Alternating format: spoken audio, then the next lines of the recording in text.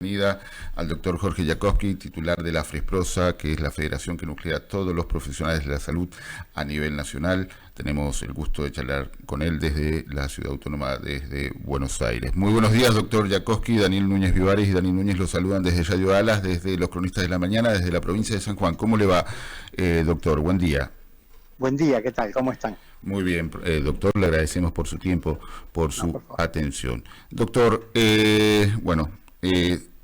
se vetó la ley de emergencia pediátrica, la del Garrahan. Hoy se están llevando medidas de fuerza en el Hospital Garrahan, ¿es así, cierto?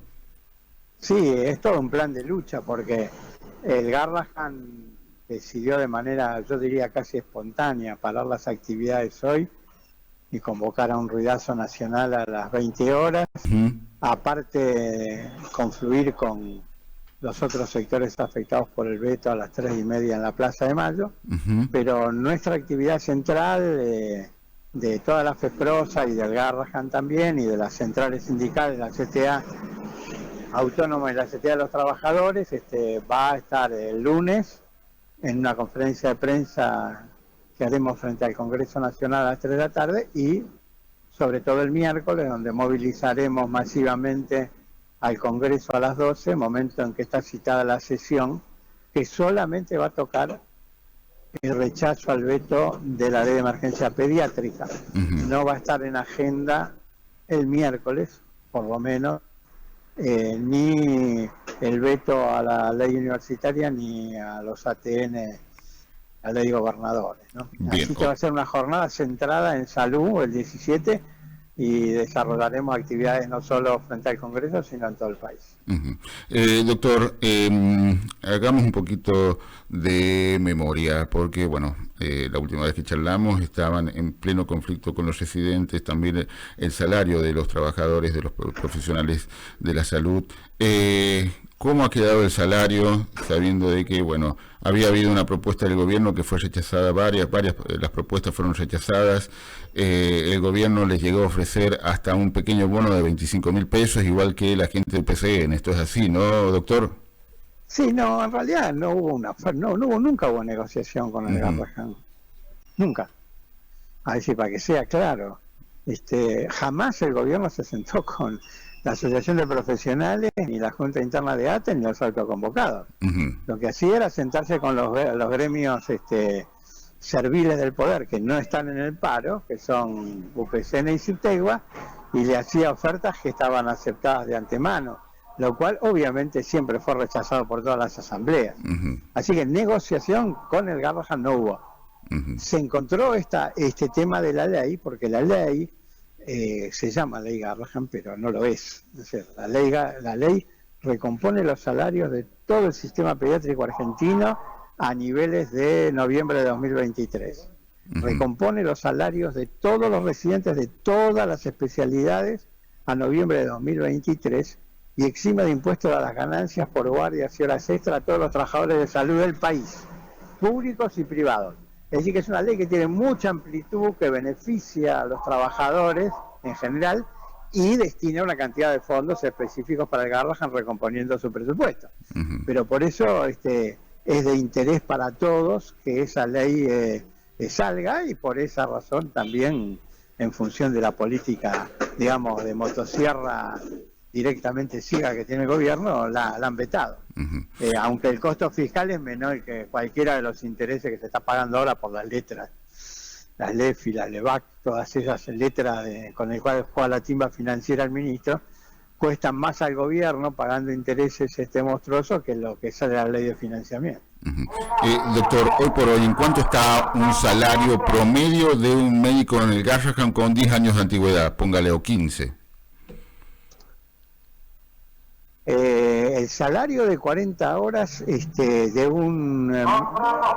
estar en este momento en el valor de la canasta familiar de ATEINDEC, o un poco por abajo, entre 1.500.000 y 1.800.000. Eso sin contar guardias extras, horas extras. Es decir, tuvo un deterioro desde noviembre del 2023 del 40%. Similar a la de la docencia universitaria. para poder recomponer los valores que no eran extraordinarios de noviembre de 2023, inmediatamente tiene que haber un 40% de aumento. Daniel. Sí, no, esto que está sucediendo en el Garrahan, ¿no? Y que tiene que ver con todas estas manifestaciones y lo demás. Yo siempre me he preguntado, ¿esto es nuevo? ¿Esto surgió a partir de el mes de diciembre del 2023, desde que asumió este gobierno nacional? Porque, si mal no recuerdo, con los gobiernos anteriores se juntaban tapitas para ayudar al Garrahan. O sea, el problema de financiamiento de esta institución viene de hace muchos años, ¿no? A ver, el Garrahan nunca tuvo un financiamiento ideal. Bien, o sea que tengo razón, viene desde hace mucho tiempo. Viene desde hace mucho tiempo y nuestra pelea, nosotros en el Garrahan, la Asociación de Profesionales y ATE, nos juntábamos tapitas. Durante todo el gobierno de Fernández. El que juntaba tapita era la sociedad, fundamentalmente los niños, para ayudar a esta institución, ¿no? La Fundación Garrahan está muy bien, todo eso. La beneficencia, como iba a ser el presidente Milei de hacer una obra de teatro con vedettes en el muro de Berlín para ayudar al Garrahan, es una parte que no cubre los déficits de los presupuestos estatales, es una ayuda. Ahora, nosotros permanentemente exigimos mayor presupuesto y hicimos marchas conjuntas del Garrahan y del Posadas con los residentes nacionales durante todo el gobierno Fernández, porque se dice, y mal se dice, de que el movimiento obrero no luchó. La CGT nos llamó a paro. Bien. Y le perdonó todo a Fernández. Nosotros de ninguna manera. Ahora, dicho esto, desde en noviembre de 2023 la situación ha empeorado de manera vertical. Es decir, lo que era malo se transformó en trágico. Lo que la cantidad de profesionales que perdimos en el Garrahan de 2013 a 2023 se iguala a la que se perdió en los últimos 10 meses. Es decir, la aceleración del deterioro y el cierre de servicios y la baja de turnos que se está dando por la falta de profesionales que se están yendo es terrible. Entonces, nunca estuvo bien, ahora está terrible. Como la Argentina. Doctor, entonces explíquenos bien para todos los sanjuaninos, ¿cómo se financia el Garrahan? Hay una fundación que es la que, bueno, hace, como usted nos ha comentado, pero la también fundación es una... Bien. El Garrahan, la fundación del Garrahan no interviene en la financiación del Garrahan. Ah, bien. El Garrahan es una entidad SAMIC. SAMIC, que quiere decir que es una entidad autárquica, bien, como una que se financia con, cuando comenzó, en tiempos de Alfonsín, bien, 50% de la ciudad, la ciudad autónoma, 50% de la nación. Con el tiempo la ciudad se fue retirando del financiamiento y hoy lo financia en un 80% el Estado Nacional, el Ministerio de Salud, y un 20% la ciudad autónoma, y cada uno tiene sus representantes en ese Consejo de Administración, que es autárquico, 5 de la nación, 2 de la ciudad. Es decir, tiene mayoría de la nación, se comporta obviamente como un hospital nacional porque tiene la mayoría en el directorio, pero autárquico. Bien. Esos fondos son los que están disminuyendo porque no han aumentado en función de que el presupuesto nacional está congelado y desde el 2023 no se ha discutido un aumento, y los fondos que van llegando son los que van llegando, y eso no alcanza. Doctor, ¿por qué se empieza a retirar la ciudad, como nos está comentando? En su momento fue municipalidad, porque en los 80 no era ciudad autónoma y era capital federal. ¿Y por qué se fue retirando la ciudad? ¿Lo hizo por ley? ¿Lo hizo a través de una ley del Congreso? No, la verdad que no. Fue de facto. Aducía problemas económicos, problemas de presupuesto, y entonces un año pasó del 50 al 45, al año siguiente no giró los fondos y se quedó en el 40 y lo cubría Nación, y así se fue dando un proceso que duró muchos años hasta quedar ahora en el 20. Pero no fue ninguna ley ni nada, fue una decisión política de los gobiernos de la ciudad. Bien. Estamos hablando desde cuando era municipalidad, doctor, desde los 90 o cuando en ya... 1987 el Garrahan se inaugura en 1987, 1995 la ciudad autónoma pasa a ser un estado autónomo, así que el 50 y 50 es del tiempo de municipalidad. Bien, bien. Si volviese a aportar más la ciudad autónoma, ¿mejoraría la situación? Sí, pero eso no va a ocurrir, ¿no? El gobierno, la administración PRO, que lleva 20 años en la ciudad, tiene una decisión estructural, ellos piensan que dado que solo el 17% de los chicos que se atienden en el Garrahan pertenecen a la ciudad autónoma, más del 63% son del conurbano y el resto, un 20% del interior y el exterior, dicen que en función de que solo el 17% se atiende son de la ciudad y que ellos tienen 2 hospitales de niños como el Casa Cuna y el Elizalde, el Casa Cuna Elizalde y el Hospital de Niños Ricardo Gutiérrez, tienen una oferta pediátrica suficiente para los habitantes de la ciudad. Por lo tanto, ese 70% o 80% que viene de conurbano y del resto del país lo debe financiar la nación, por eso se van retirando. Bien. Daniel. No, sí, no, escuchándolo atentamente a toda esta exposición que tiene, ¿no? Porque, bueno, dentro de alguna forma, la defensa que hace el gobierno nacional, cuando estos inconvenientes empezó, manifestó que en el Garrahan habían más trabajadores administrativos que médicos. ¿Esto es así? No, es una mentira feroz. Lo que hizo fue comparar la cantidad total de trabajadores con la cantidad de médicos con funciones específicas, que eran 438, y el staff total de médicos, con las guardias y demás, es alrededor de 1.100. Pero los puso en la categoría de administrativos a quienes sostienen buena parte de la atención, que son enfermería, que juega un papel clave. Son 1.200 enfermeros. Entonces, si uno suma los 1.200 enfermeros, los 1.000 médicos y otro tanto del resto de las profesiones, bioquímicos, kinesiólogos, trabajadores sociales, psicólogos, está dando 3.500 de los 4.700 total. Entonces tenemos 3.500, 3.800 asistenciales y 1.200 administrativos, que por la complejidad es un número mínimo que se necesita, seguridad, limpieza, etcétera, en una proporción que es absolutamente normal para cualquier hospital. Así que lo que dijeron fue una mentira sabiendo, bueno, como siempre, ¿no? Doctor, no sé si tiene la información o puede tener algún tipo de alguna forma, algún dato, teniendo en cuenta de que, bueno, ¿cuántos niños atiende el Garrahan por año? Es 500.000, más o menos. Medio millón. Y en consultas diarias no tengo el número, pero son varios miles. Pero independientemente del volumen, lo que tiene el Garrahan es que tiene el 60% de la atención oncológica pediátrica de todo el país. Si hay, póngale 1.000 chicos con cáncer en todo el país, 600 se atienden en el Garrahan, vivan donde vivan. Bien. Y tienen todas patologías complejas, porque de repente una operación trasplante, o como la que se hace de trasplante hepático, o cirugías complejas, llevan hasta 50, 60 trabajadores entre profesionales, auxiliares, con lo cual la calidad de la atención de alta complejidad determina un requerimiento de recursos humanos especializado y en cantidad que no lleva ningún otro hospital general. Entonces también las cuentas hay que hacerlas en función de la calidad de lo que ahí se está ofreciendo, porque uno se saca la foto, separaron 2 gemelos adentro del útero en el Garrahan, hicieron la cirugía, neurocirugía compleja, aplauden.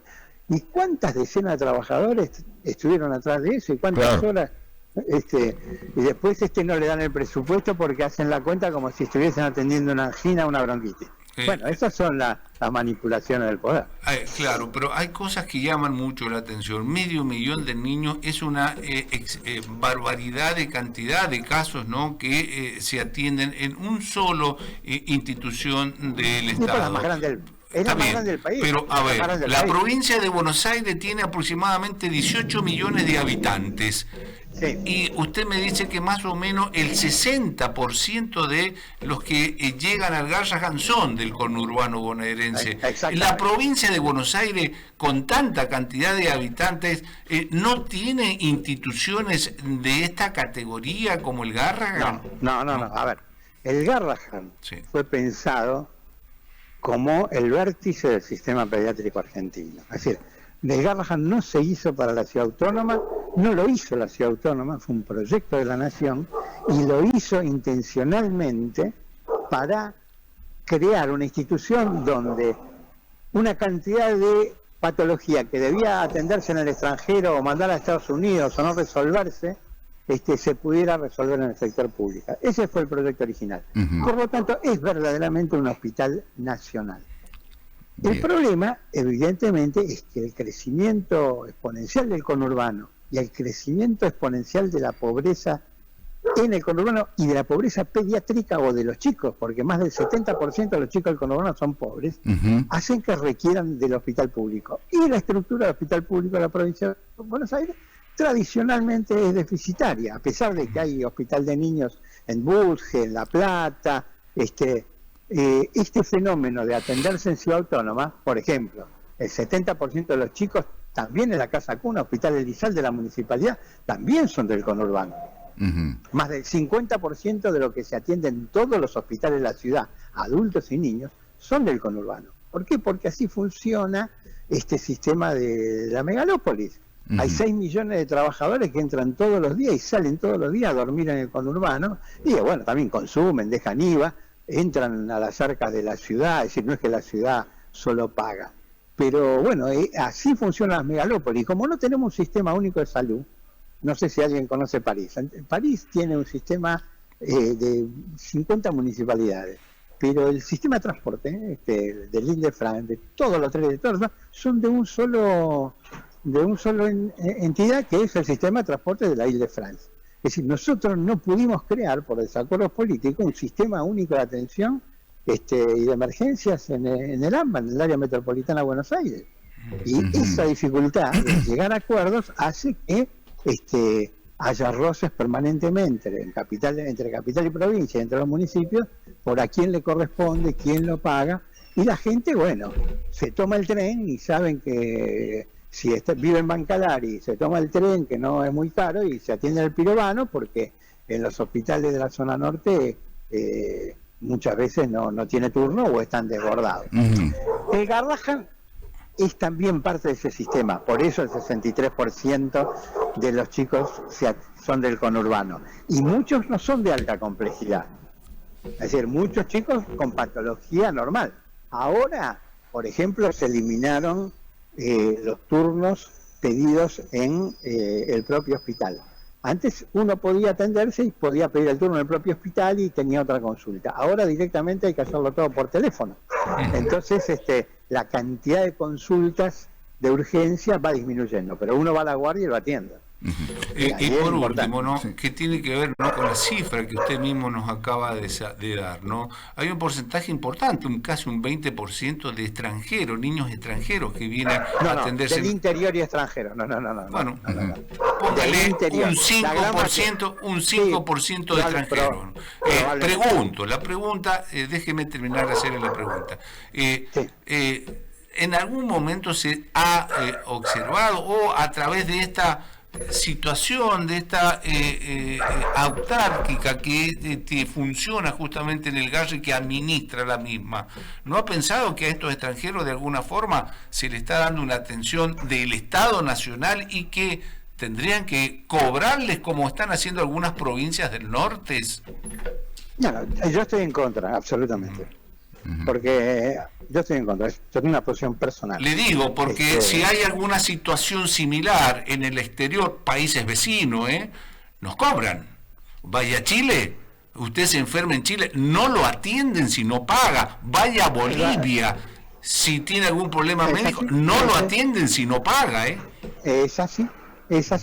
Y como nuestro hospital es gratuito, por definición, quien debe gratuito, pero para los argentinos. ¿Pero por qué para el exterior? Nuestro hospital es gratuito. Nuestro hospital es gratuito, como dice la Organización Mundial de la Salud. La Organización Mundial de la Salud dice... En casos de urgencia. No, en casos de urgencia estoy de acuerdo, pero a ver, ¿por qué tenemos que pagar patologías a extranjeros? No es que tengamos que pagar patologías extranjeras. Nuestro hospital es gratuito. Y la Organización Mundial de la Salud dice que el arancelamiento en el punto de atención es un atentado contra la salud. Que nadie que deba tener una atención debe pagar en el punto de atención. Bueno, por eso no se cumple en el exterior. En el exterior no se cumple, doctor. Doctor, la OMC... Entonces, nosotros... yo lo que le digo es que... O sea, usted nos está mencionando lo que dice la Organización Mundial de la Salud para nosotros, pero para los otros no. En Estados Unidos, doctor... El que no tiene seguro de salud, aunque sea norteamericano, no lo atienden. No lo atienden muy bien, doctor. ¿Esto es así o no?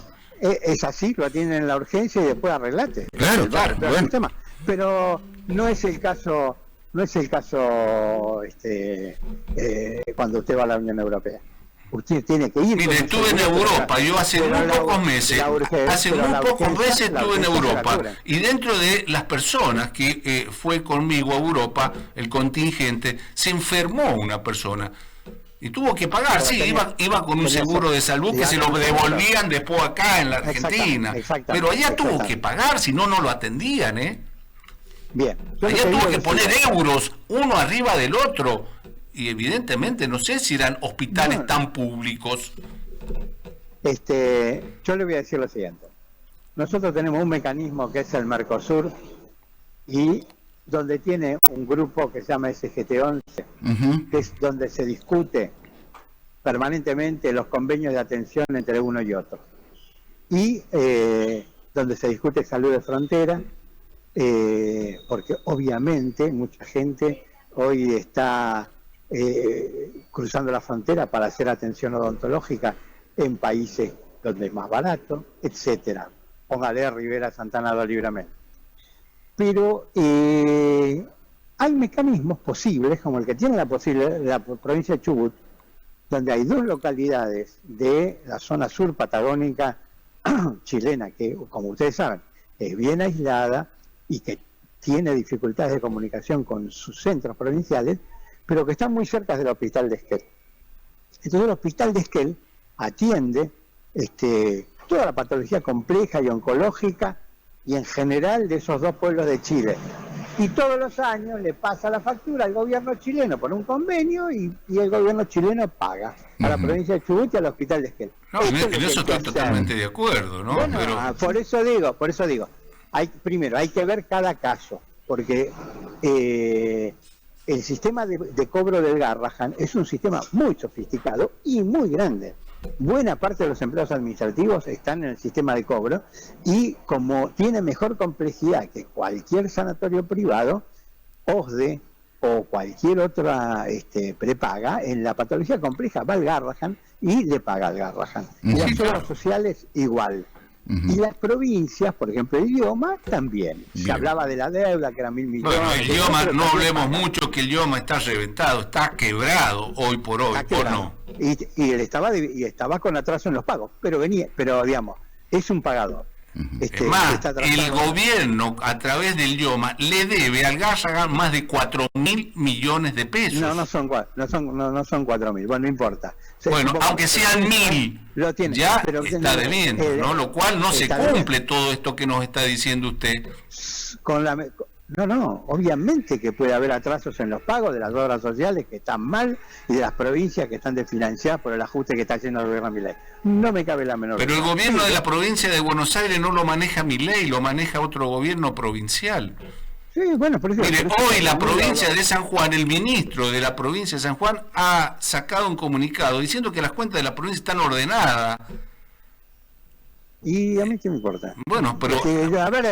yo lo que le estoy diciendo... Lo que nosotros le queremos decir, ¿por qué solamente debe ser el gobierno nacional que ponga el dinero cuando se atienden de muchos lugares del país? Porque el gobierno... fundamentalmente cuando son extranjeros. No, perdón. El gobierno nacional lo creó para atender a todo el país. Por eso el gobierno nacional es el principal recaudador y de todos los grandes impuestos, muchos no se coparticipan, como el impuesto al cheque, por ejemplo. Es decir, que el gobierno nacional lo que hace es ajustar en salud para pagar deuda externa y pagar intereses, porque es una opción política, y para dejar de cobrar el impuesto a los ricos como Galperín y como bienes personales. Entonces ahí hay una decisión política. La plata de Garrahan no está porque no paga la provincia de Buenos Aires. La plata de Garrahan no está porque está puesta en los ricos y en la deuda externa. Esta es la realidad real, por eso empeoró durante el gobierno. Sí, no, yo creo que ya se fue un poco más la cuestión ideológica que otra cosa más, doctor, porque nuestras preguntas se relacionan justamente a el Garrahan, una institución al cual nosotros también defendemos, y nos parece muy bien que sea una institución nacional y que tenga justamente, ¿no?, la tecnología más avanzada del país y que lleguen de todo el país. Ahora, las provincias tendrían que de alguna u otra forma... No, porque no es la provincia de Buenos Aires, que produce el 40% del Producto Bruto Interno y recibe de impuestos solo el 19%, los chicos... Sí, esa es otra cuestión, doctor, esa es otra cuestión. No, escúcheme a mí, ahora escúcheme a mí usted, ahora escúcheme a mí. Y solo recibe el 19%, tiene todo el derecho de mandar a sus chicos sin cobertura al Garrahan y que lo atiendan de pe a pa. ¿Qué es lo que pasa con los chicos sin cobertura hacia todo el país? Pero si ese chico está cubierto por el IOMA o por cualquier obra social provincial o por cualquier obra social sindical, el Garrahan tiene el derecho a cobrarle y de hecho tiene un sofisticado mecanismo por el cual cobra y cubre... ¿Y cuánto le debe el IOMA al Garrahan hoy por hoy? 1.000 millones en un presupuesto de... 1.000 millones, bueno, es una suma considerable, ¿no? Es una suma considerable, pero en el presupuesto anual del Garrahan... Me imagino que así como el IOMA también le deben estar debiendo otras instituciones provinciales, ¿no?, que también tienen dificultades, ¿no? Absolutamente, y eso es parte de la gestión de cobro, pero lo que yo le digo, que toda la recaudación de obras sociales, incluido el IOMA, y de las prepagas completa, no alcanza el 15% del presupuesto del Garrahan. ¿Eso siempre ha sido así, doctor?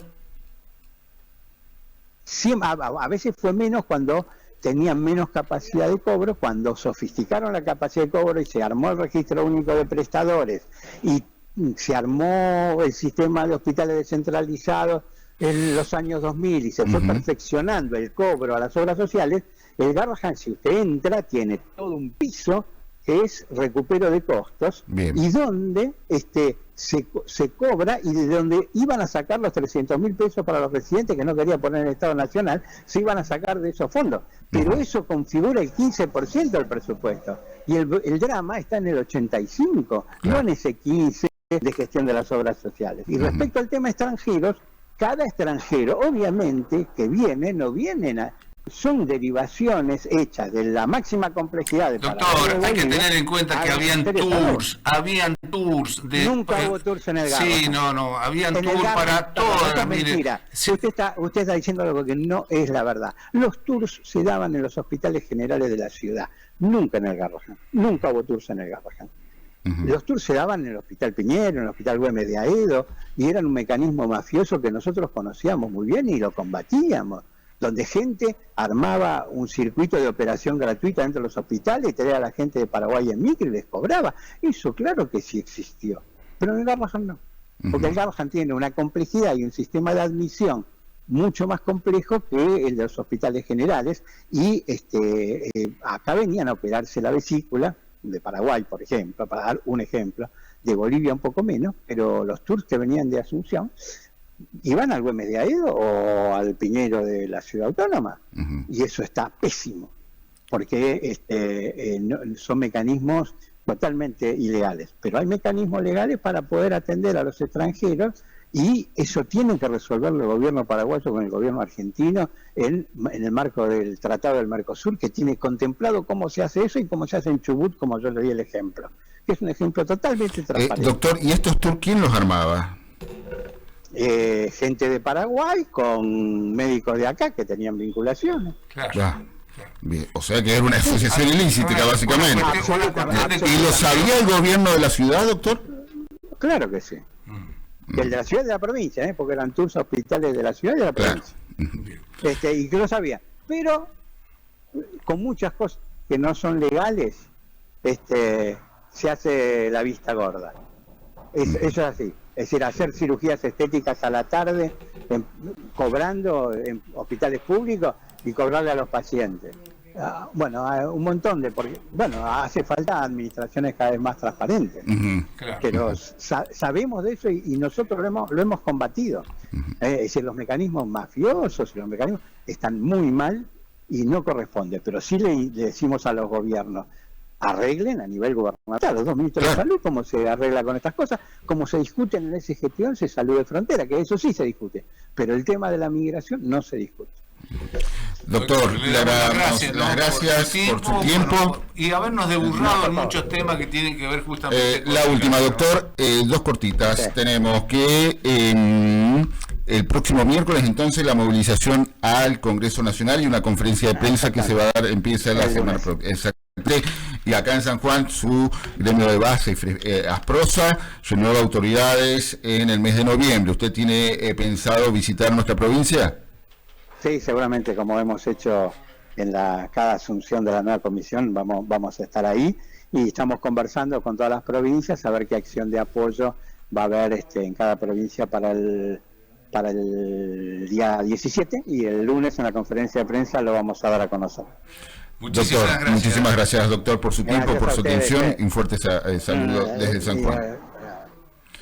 Fue el doctor Jorge Jackowski, Daniel, charlando con los cronistas de la mañana. Nos vamos en esta rica charla que hemos tenido. Un pequeño debate, ¿no, Daniel? Claro. Con respecto de salud. Todo se puede debatir, queremos saber, Daniel. Atención, como lo dijo nuestro compañero Daniel, nos estamos despidiendo, pero empezaría a llegar el viento sonda, Daniel, a partir de las últimas horas del día viernes, Daniel, para mañana soplar. ¿No? Exactamente. Mañana, se hará sentir, dice por lo menos un medio de comunicación local, Daniel, ya en la tarde-noche. Para la mañana está prevista una temperatura de 30 grados aproximadamente. Con ráfagas. Con ráfagas. Viento sonda que, lo decíamos al principio del programa, va a afectar a lo que son los departamentos cordilleranos, pero aparentemente también llegaría a algunos departamentos del Valle de Tulún, esto es Rivadavia, Pocito, entre otros, Sonda, Uyún, entre otros, lo cual es, a tener la precaución. Y un fin de semana, hacen 2 fines de semana que estuvo pasado por agua, ahora evidentemente el viento sonda. Lo único bueno, esperemos que este viento sonda nos deje nieve en la cordillera. Que mejore el pronóstico. Exactamente, hídrico para nosotros, ¿no? Nos volvemos a encontrar el próximo día lunes, 10 horas, con esto que humildemente llamamos Los Cronistas de la Mañana. No se vaya, quédese por supuesto en Radio Alas, ya viene la gente de Artículo 14 bis, y posteriormente, a partir de las 13 horas, nuestro director, el periodista Carlos Castro Espinosa, con su resumen de noticias. Nosotros le decimos simplemente chao, hasta el lunes. Hasta el lunes. Individual,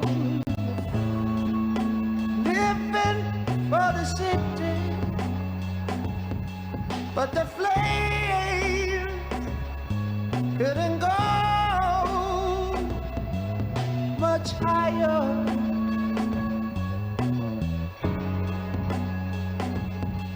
We find God and religions